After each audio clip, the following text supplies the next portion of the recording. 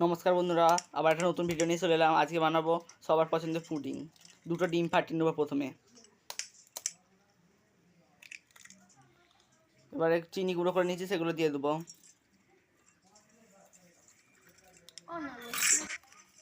তারপর ভালো করে গুলতে থাকবো। যদি ভালো লাগে প্লিজ একটা লাইক সাবস্ক্রাইব করবেন। আর পরবর্তী কী রান্না দেখতে চান প্লিজ কমেন্টে জানাবেন। এবার একটু দুধ দিয়ে দেবো, অনেকক্ষণ ধরে গুলতে হবে। চিনিটাকে মেল্ট করে নেবো লাল করে।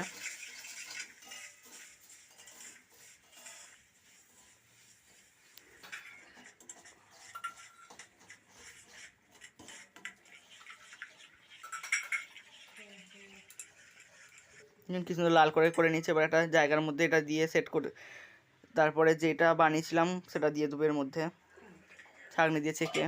এবার একটু জল নিয়ে নিচ্ছি, সেই জলের উপরে বস করে দেবো স্ট্যান্ড দিয়ে। এখন 30 মিনিট পর কি সুন্দর পুডিং হয়ে গেছে রেডি।